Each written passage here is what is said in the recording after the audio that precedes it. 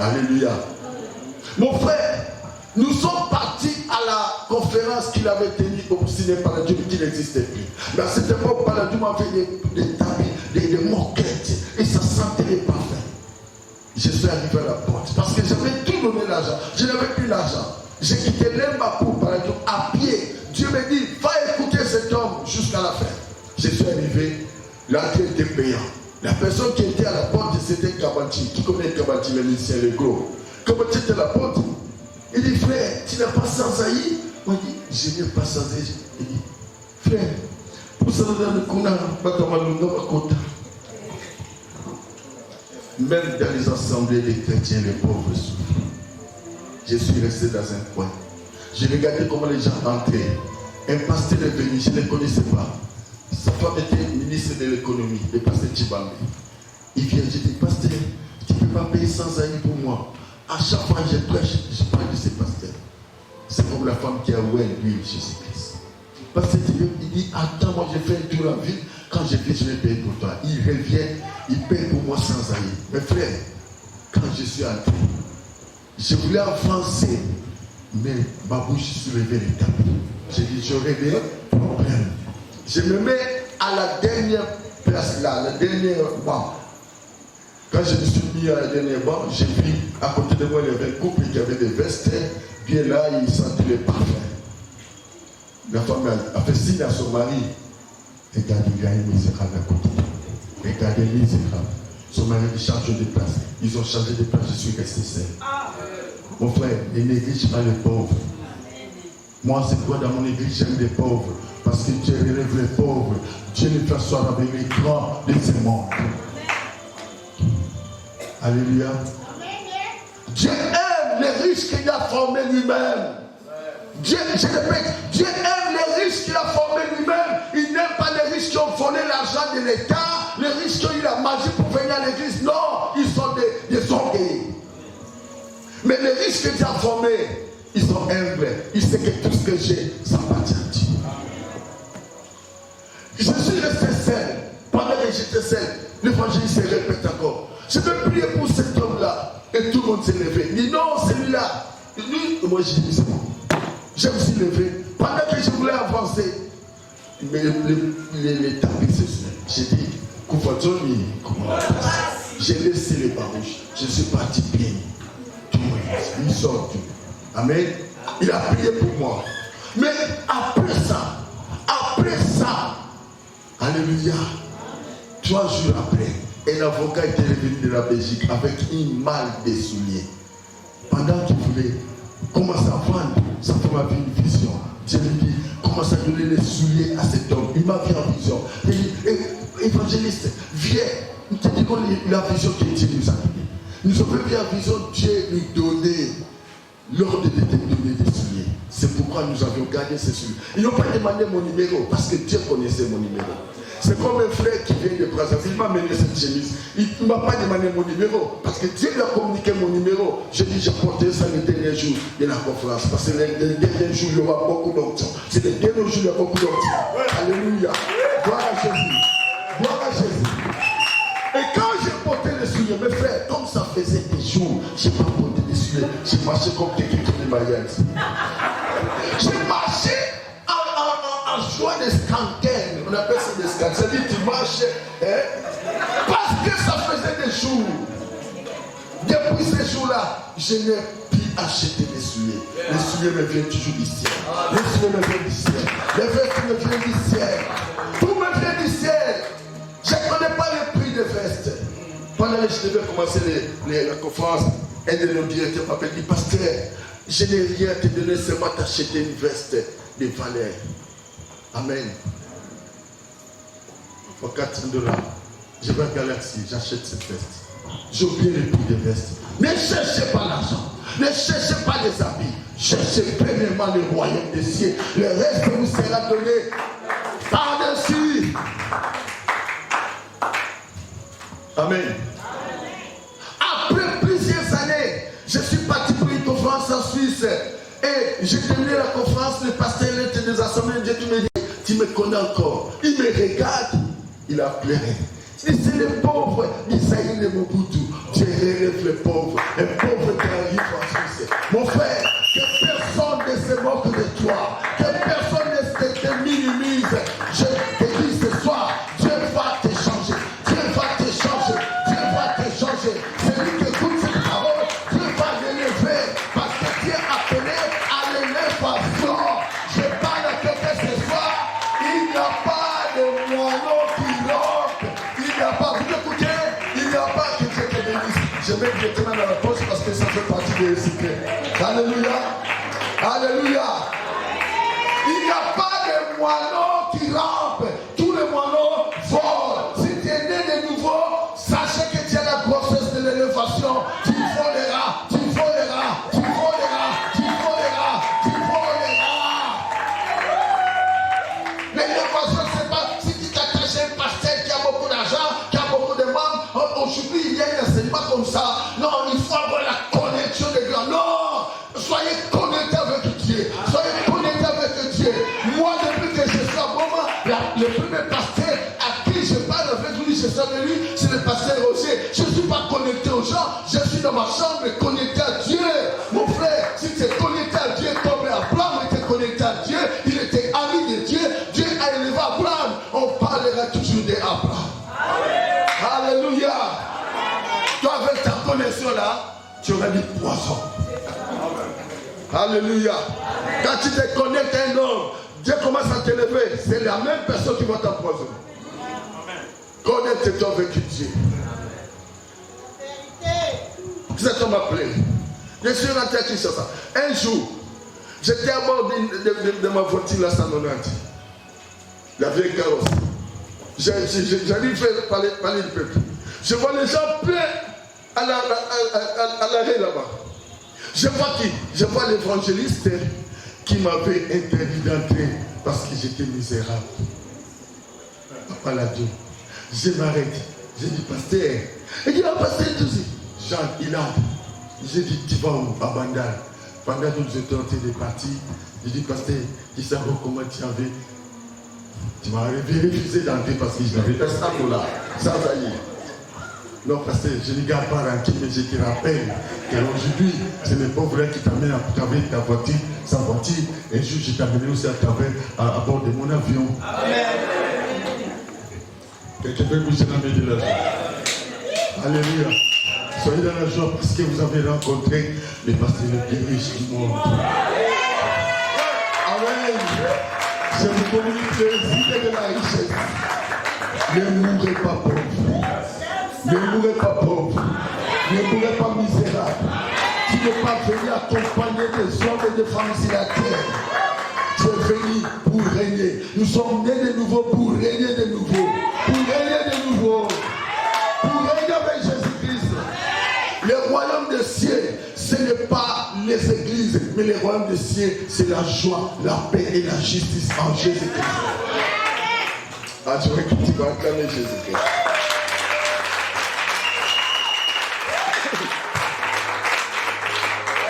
Comment modifier votre situation et votre environnement? Vous avez le pouvoir de modifier votre situation et votre environnement en modifiant vos pensées, en les ajustant aux magnifiques promesses de Dieu. Mon frère, est-ce que vous comprenez que moi, à mon âge, je n'ai jamais souffert de tension ni de gazé? Parce que je n'ai pas de soucis, je ne gagne rien. J'ai modifié ma vie en appliquant ma vie aux promesses de Dieu. Je ne m'occupe pas de la montée des dollars, je ne m'occupe pas des changements de gouvernement. Ce n'est pas mon problème. Moi, je m'occupe du royaume.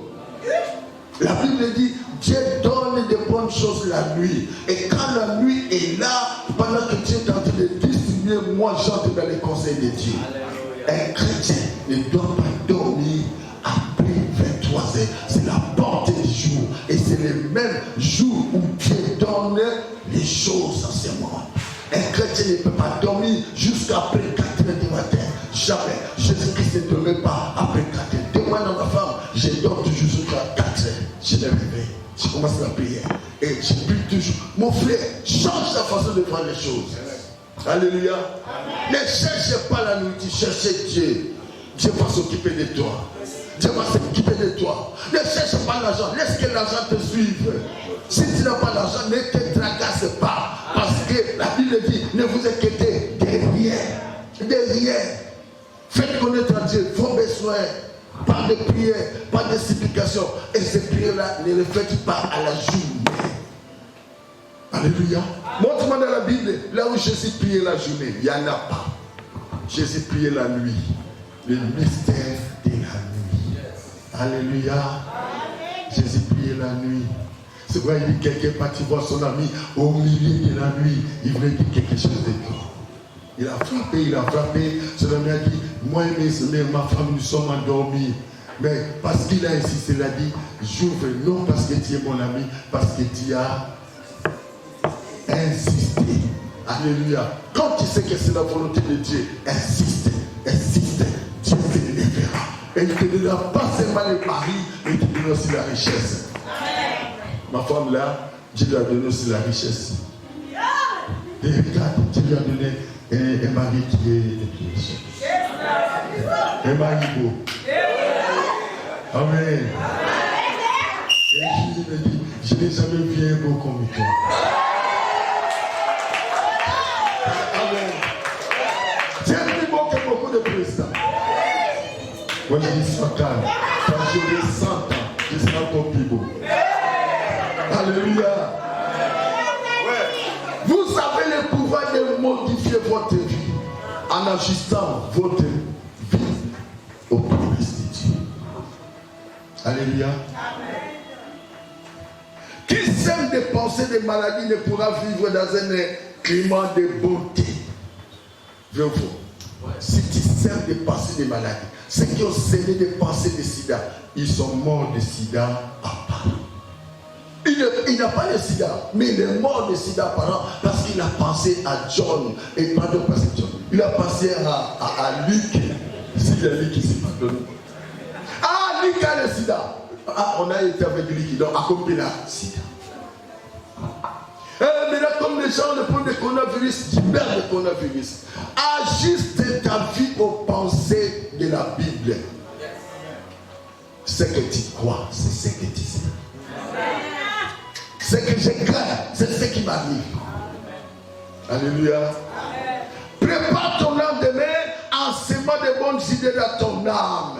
Vous voulez que votre foi puisse grandir, faites tomber tous les sentiments, semez les promesses de Dieu dans votre âme. Sème les promesses de Dieu dans votre âme. Les sentiments sont liés. Écoutez ça bien, les sentiments sont liés aux circonstances, mais la foi est liée aux promesses de Dieu. Les sentiments sont liés aux circonstances. Quand tu n'as pas l'argent, alléluia, manque d'argent c'est une circonstance. Ne tu as les soucis, tu as la paix, mais la foi est liée aux circonstances, non aux circonstances, mais aux promesses de Dieu. C'est pourquoi nous, dans ce livre, on ne parle pas de manquer. Je n'ai pas l'argent. Non, j'entends mon argent. Oh, mais comment tu es marié? J'entends mon mari. J'entends mon voyage. Ça, c'est le langage des personnes qui croient que rien n'est impossible à Dieu. Alléluia. Ce que tu es, c'est ce que sera ta figure.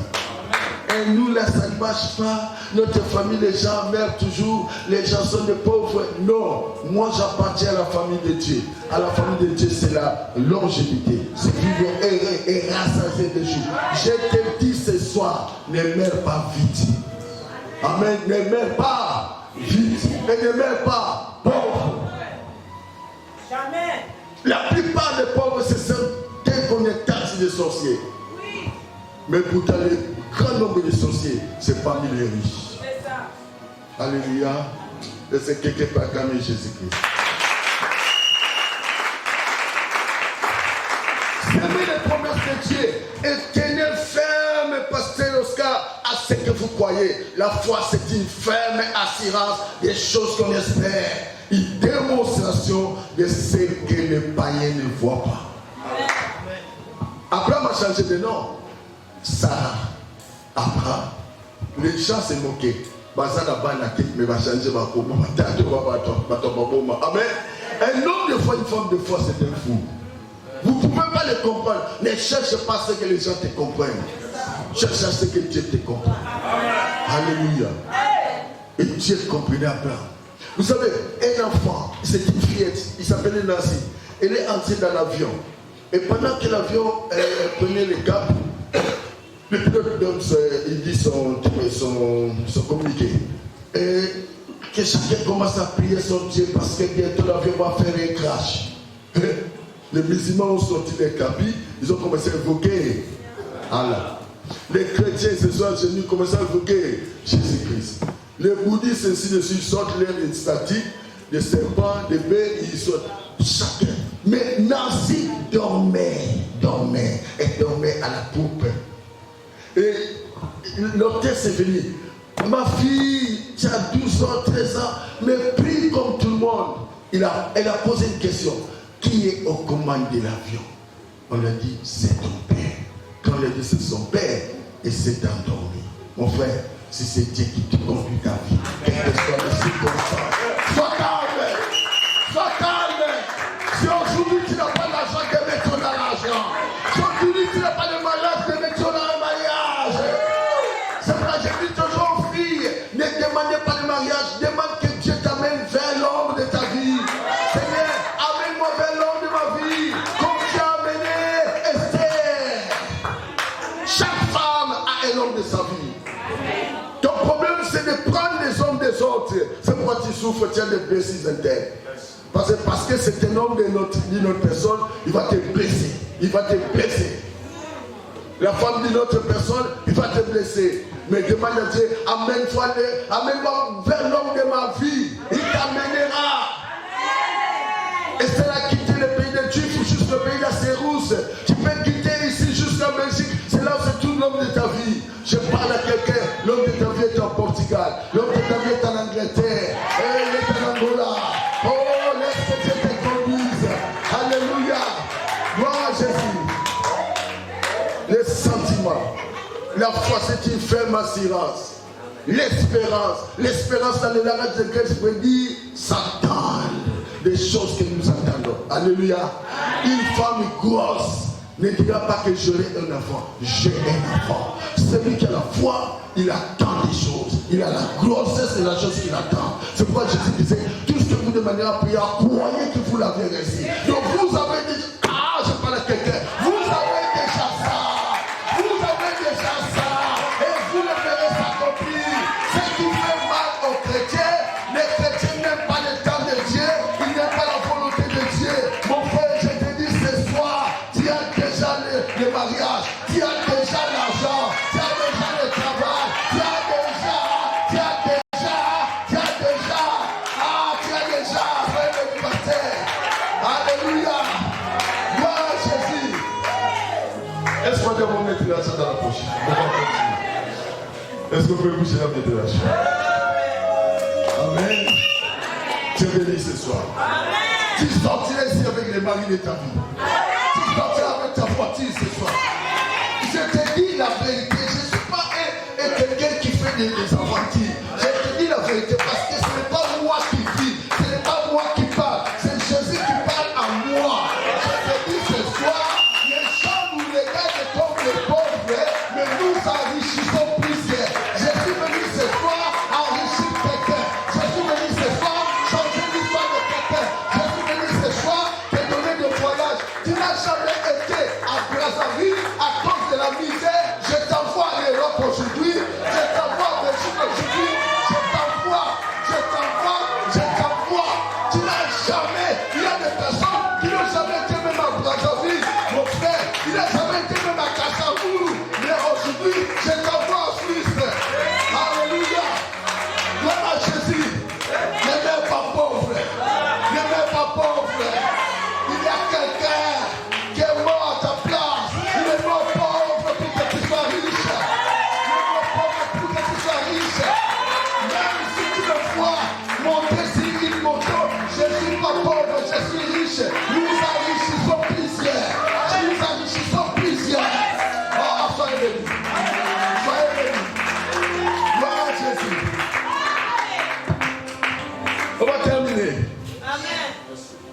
Change ta façon de voir les choses. Ce que tu crois, c'est ce que tu seras. Je lisais le livre d'une personne que vous appelez les occultistes. Condoleezza Rice. Vous connaissez, non? Elle était qui? Mais à l'âge de 15 ans, pasteur Oscar, pendant que sa maman l'accompagnait à l'école, quand elle arrivait devant comment ça s'appelle? La Maison Blanche, elle disait toujours, maman, je venais travailler ici. Je venais travailler ici. Je venais travailler ici. Un jour, elle est devenue secrétaire d'État américain. Si elle a dit ça, et c'est là ça, c'est accompli. Pourquoi pas toi? Ce que tu crois, ce que tu sèmes, ce que tu vis, c'est ce que tu seras. Mon frère, si tu vois quelqu'un veut vivre dans les désordres, dans les péchés, laissez-les. Il a choisi la malédiction. Mais la vraie vie, c'est la crainte de Dieu. C'est la bénédiction de Dieu. Mon frère, ce soir, change ta façon de penser. Tu as des remplis de bonheur. Tu as des idées négatives. Moi, je t'ai vivant par le bonheur. Alléluia. La Bible dit, heureux celui-là qui médite la parole de Dieu jour et nuit. J'ai lu la Bible de Genèse à Apocalypse plus de 20 fois. Je connais tous les chapitres de la Bible. Je n'ai jamais eu la grâce d'aller dans une école biblique, mais j'étais professeur dans une école biblique. Alléluia. Mon frère, j'écris des livres, des romans, des poésies. Je ne sais pas si Alema Tchabaïla, on a fait beaucoup d'histoires dans les studios de prêtres ici. Des poésies transformées en films par Alema Tchabaïla. Les gens me posent des questions, parce que tu as fait quelles études? Je dis, je suis D6. Et je suis fier d'être D6. Parce que si j'étais licencié, docteur, j'allais détruire mon pays. Et tu te bénisses. Alléluia! Est-ce que quelqu'un peut acclamer Jésus-Christ? Gloire à Jésus! Gloire à Jésus! Je t'aime. La richesse, ce n'est pas ce que nous possédons, mais c'est ce que nous sommes dans notre âme. La richesse, ce n'est pas ce que nous possédons, mais c'est ce que nous sommes dans notre âme. Proverbe 13, verset 7. Tel croit être riche, mais il n'a rien. Tel fait le pauvre, mais il a des grands biens. Tu as des grands biens. Tu as des grands biens. Tu as Jésus-Christ. Tu as des grands biens. Amen. Les érudits de notre temps n'ont pas nécessairement été à l'université, vrai ou faux? Les savants n'ont jamais été à l'université, la plupart, vrai ou faux? Ce sont des hommes et des femmes qui ont aussi géré la richesse de leur âme. Vrai ou faux? Les savants qui tu vois, ils n'ont pas été savants parce qu'ils étaient à l'université, mais ils ont aussi seulement géré la richesse de leur âme. Je connais un grand écrivain au Sénégal. Cet homme a fait seulement deuxième année primaire, mais il lisait des livres chez lui. Il lisait des livres. Il était docker. Il portait des caisses au port. Semben Ousmane. Et il était parmi les plus grands écrivains. En rapport avec cet homme qui était docteur en lettres. Mais lui, il était grand à cause de ce qu'il avait semé dans son âme. Alléluia. Amen. Donc c'est vrai, mes frères. Les Socrates, connais-toi toi-même. Ce n'est pas des gens qui ont fait des universités, des Socrates. Les idées, ils ont compris comment gérer les idées. Jean de La Fontaine, c'est un homme renommé. Mais il était toujours dans la forêt avec son père qui était garde des sceaux, garde des forestiers. Vous voyez le garde des forestiers là? Jean de La Fontaine était toujours avec son père. Il regardait les mouvements des animaux, il regardait les mouvements des oiseaux. Je sais les lions et les rats. Les animaux malades de la peste, ce sont des idées. Alléluia. Travaille tes idées, tu seras bien. La richesse, c'est à toi. Alléluia. Amen. C'est ça. Alors, quand on parle, le temps nous manquait de parler de Thalès de Milet, de Jachimel qui est plongé seulement dans l'eau. Il a crié Eureka. Amen. Un corps plongé dans l'eau aussi vite, poussé de haut en bas. Tu vois, ce n'est pas à l'université, mais aujourd'hui, cette théorie est appliquée à l'université. Les Darwin, la pesanteur, ce n'est pas à l'université. Mais Joseph, je ne sais pas. Amen. Amen. Que Dieu vous bénisse. Je vous aime tant, ça reste là. Alors, que Dieu vous bénisse. C'était la fin de notre conférence. c'est la délivrance. Je ne sais pas s'il y a des questions comme la modératrice avait dit. Il n'y a pas de questions. Prions. Éternel Dieu, merci pour ce moment. Merci parce que tu as commencé avec nous cet enseignement.